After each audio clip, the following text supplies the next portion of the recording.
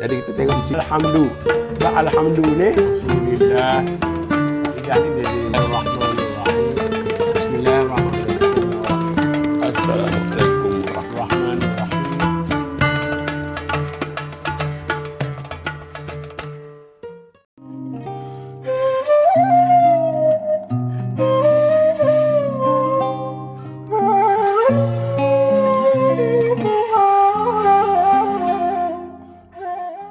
Assalamualaikum warahmatullahi wabarakatuh. Assalamualaikum warahmatullahi wabarakatuh.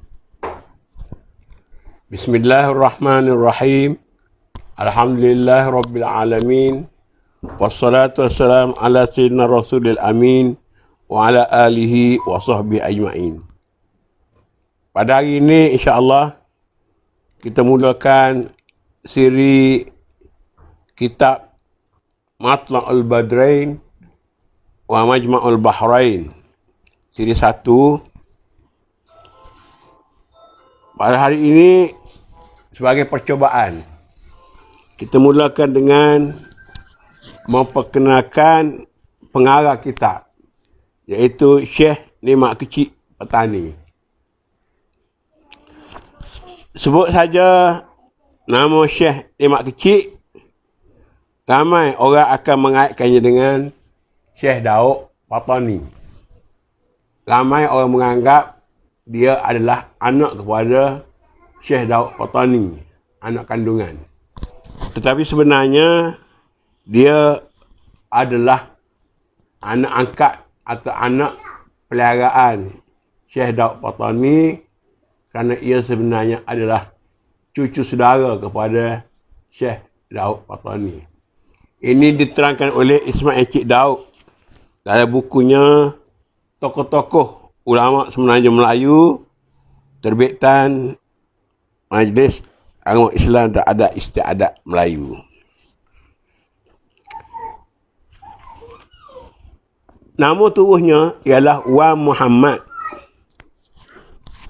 Wan Muhammad ini bapaknya bernama Wan Ismail bin Wan Ahmad bin Wan Idris. Lebih terkenal dengan panggilan Syekh Ismail Janggut Merah. Bapa dia tu. Ibunya pula nama Tok Wan Zainab binti Syekh Idris, anak saudara Syekh Daud, kerana Syekh Idris itu adik Syekh Daud, seibu sebapa. Syekh Muhammad bin Ismail ini, atau dikatakan tadi, dikenal dengan nama Syekh Muhammad atau Muhammad Kecik tadi, dilahirkan di Pulau Duyung Kecil, Terengganu. Memang asal usulnya dia, ibu dan bapa dia berasal dari petani. Setelah mereka pergi ke Terengganu, berhijrah dari petani, maka lahirlah Wan Muhammad ini. Dan pada masa itu, Syekh Daud Patani yang tinggal di Mekah balik ke Tanah Jawi dan mengambilnya menjadi cucu angkat dan membawa pulangnya ke Mekah. Di Mekah, Syekh Daud Patani meninggal dunia. Tetapi Wan Muhammad terus dibesarkan di Tanah Suci Mekah dengan memberi didikan sewajarnya. Dibimbing oleh Syekh Abdul Qadir Abdullah, datuk saudaranya. Dan di Mekah beliau membaca atau belajar kitab-kitab fiqh, usul fiqh, tafsir dan ilmu-ilmu dengan Syekh Hasbullah, Syekh Abdul Qadir Al-Fatani dan lain-lain lagi.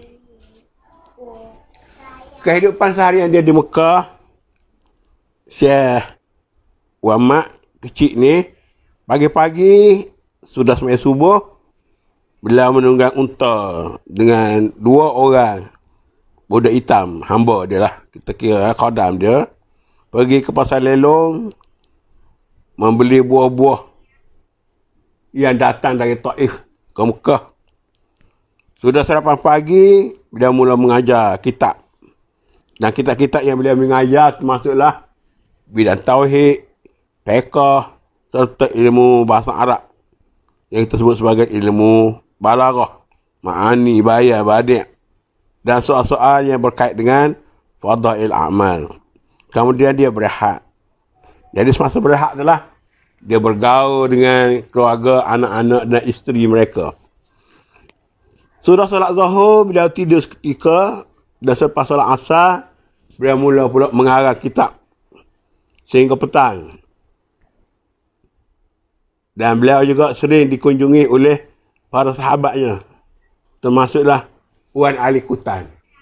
Wan Ali Kutan ni, seperti kita tahu, seorang ulama Kelantan yang pernah menjadi guru kepada Tok Kenali. Selepas maghrib, beliau meneruskan pula kuliah dia. Dan sebelum tidur, beliau menyemak kitab-kitab karangan dan terjemahannya. Jadi kita tengok di sini, orang tua-tua dulu tidak menghabiskan masa mereka dengan kosong begitu saja. Setiap masa itu dipenuhi dengan amal-amal yang baik seperti mengajar dan mengarang.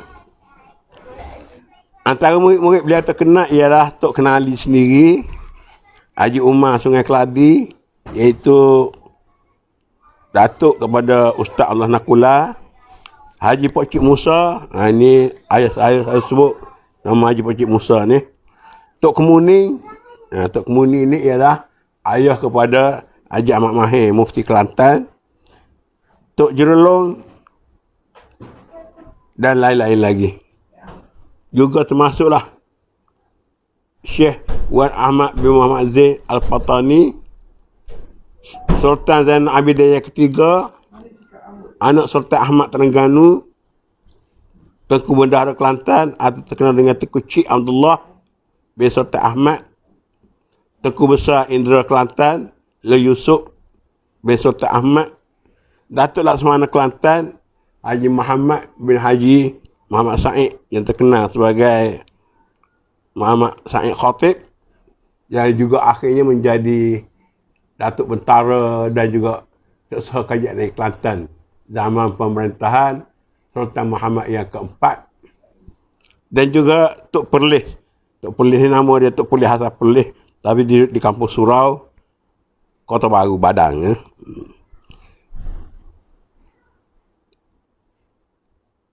Karangan dia banyak. Satu kitab Al-Bahjatul Mardiyah fi Fawaidi Al-Ukhrawiyah. Kemudian kitab yang dua, Matla'ul Badrain, yang kita nak belajar ni, wa Majma'ul Bahrain. Sikit mengenai kitab ni. Kitab ni isinya mengenai rukun iman, tauhid dan fiqh.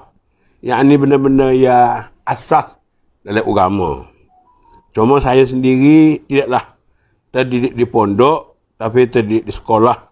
Cuma kita gunakan teks kitab pondok dan saya akan kembangkanlah mengikut apa yang ada pada saya.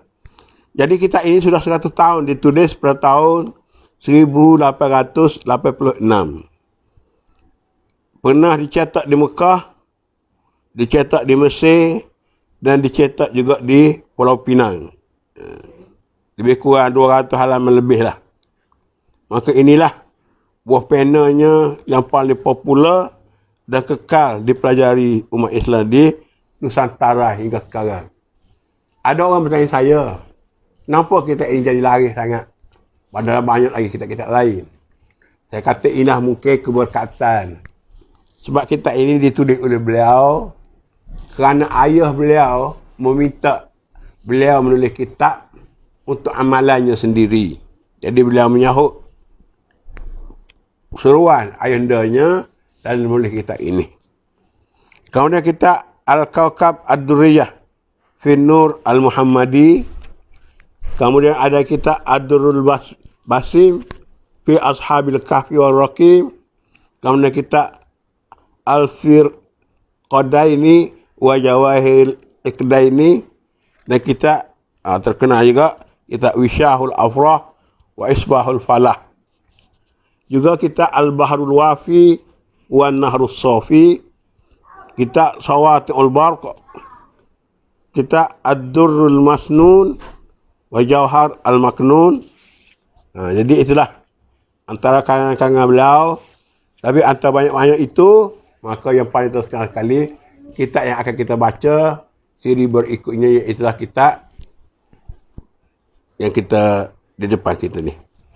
Kemudian satu lagi, dia ni, zaman dulu bila ada tabah haji ni, di Mekah kita ada Syekh Haji. Beliau adalah Syekh Haji. Kerana itulah nama beliau jadi masyhur. Pasal dia ni sebagai, kita kira sebagai ketua Syekh Haji Melayu lah. Di mana perkhidmatan ini diwarisi turun-temurun. Sejak daripada zaman ayah angkat atau datuk angkat tadi, Syekh Daud Patani lagi.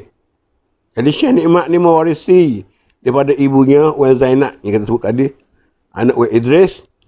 Tapi kebanyakan penganiayaan jemaah haji di Mekah diserah kepada anak sulurnya Syekh Abdullah dan anak-anak yang lain. Manakala urusan haji di Madinah diserah kepada Syekh Daud bin Idris, menantu dia.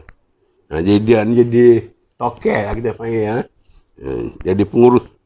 Begitu juga bila Sultan Zainal Abidin ketiga Terengganu naik ke Mekah, naik ke Fardhu Haji, maka rombongan baginda itu dijunjung ra'i oleh Syekh Nikmat kecil ni. Jadi ada pertalian lah mereka dengan keluarga Diraja Terengganu. Jadi untuk kali ini setakat itu saja, kerana saya dapat nasihat daripada saudara kita Saudara Nurizan yang ada di Amerika. Dia kata ustaz buat 15 minit sudahlah, saya pun nak ikut sama. Jadi kita tak payah nak panjang-panjangkan. Tapi siri kita ni mungkinlah memakan waktu yang panjang sebab kita hanya mengambil masa lebih kurang 10 hingga 15 minit saja. Sekianlah, semoga tuan-tuan dapat mengikutinya dan tuan-tuan bolehlah memberi komen-komen dan saya akan jawab dalam siri yang akan datang. Sekian dulu, wabillahi taufiq wal hidayah. Wassalamualaikum warahmatullahi wabarakatuh.